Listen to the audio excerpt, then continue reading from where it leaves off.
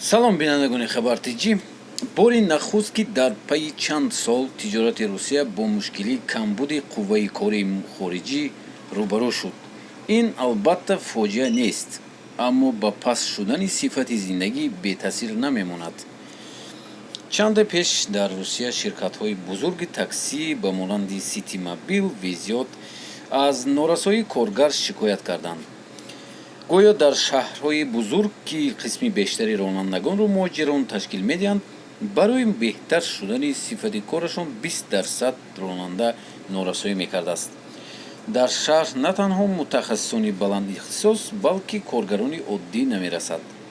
ба ин мушкилӣ пеш аз ҳама дар Кремл аҳамият доданд. ҳамин тавр пештар раиси шаҳри Москав Сергей Собянин дар мусоҳиба бо телевизиони Русия кам шудани шумораи муҳоҷиронро дар пойтахт мушкилии ҷиддӣ номид. ӯ низ аз ҳамон 40% ёдрас шуд, ки танҳо сухан дар бораи коҳиш ёфтани шумораи коргарон мерафт, ки ин метавонад дар зимистон ба кори хадамотии коммуналӣ бетаъсир намонад. Тоҷикистон дар мусоҳиба аз чанд коршинос пурсон шуд, ки ин норасоӣ аз чист ва оё ин изҳороти раиси шаҳр метавонад ба ифтитоҳи марзҳо аз ҷониби кишварҳои Осиёи Миёна боис шавад. сабаби аввал аллакай ба ҳама маълум аст. ҳамагирии коронавирус аст. садҳо муҳоҷирони меҳнатӣ ба ватанашон рафтанд, то наздиконашонро хабар гиранд ва карантинро гузаронанд. аммо ба Русия баргашта наметавонанд, зеро Русия танҳо ба парвозҳои махсус иҷозат медиҳад. аммо ба ифтитоҳи марзҳояш бо як қатор кишварҳои Осиёи марказӣ намешитобад.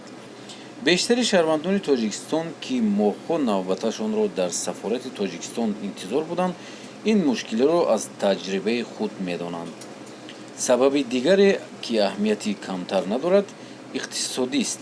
шаҳрвандони хориҷӣ дигар ба Русия шитоб намекунанд, зеро даромадашон дар ин кишвар ба таври назаррас кам шудааст. Россия барои муҳоҷирон ҳамчун кишвари манбаи даромад аҳамияташро гум мекунад. алалхусус ин пас аз хело коҳиш ёфтани арзиши рубл ба назар мерасад. мисол, агар муҳоҷирон аз Украина ё Беларусро нигарем, онҳо ба Полша рӯй оварданд, ки дар он ҷо музд 2-3 баробар зиёдтар аст. тавзеҳ дод вай ба Тоҷикистон. вазъ дар кишварҳои ом назар ба Беларус ё Украина дигар аст. мардум дар кишварҳои манбаи кор интихоб надоранд. барояшон ғайр аз Қазоқистон, ки дар он ҳам бошад, бозори меҳнат бисёр кӯчак аст. интихобе нест. аммо ба назардошти арзиши патент ва дигар ҳуҷҷатҳои иҷозаии кор ва иҷораи манзил даромад чандон зиёд нест, ки дар хориҷ кор ҷӯянд. ба ҳар ҳол то анҷоми пандемия. ва ин бонки хатар на танҳо ба кишварҳои Осиёи марказӣ ба маҷрои пулӣ муҳоҷиронро гум карданд, балки барои иқтисодии Русия низ мебошад. дӯстони азиз, ин буд видеои имрӯзаи мо. шумо чӣ фикр доред дар бораи ин?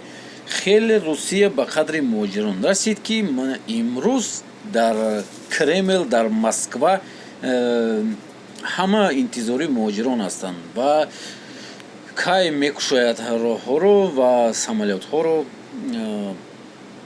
интизор бошед ва то январа худо хоҳад мекушояд роҳҳоро ба ҳама боз гашта меояд, чунки ҳозир ҷои кор бениҳоят бисёр шуда истодааст ва муҳоҷирон кам шуда истоданд.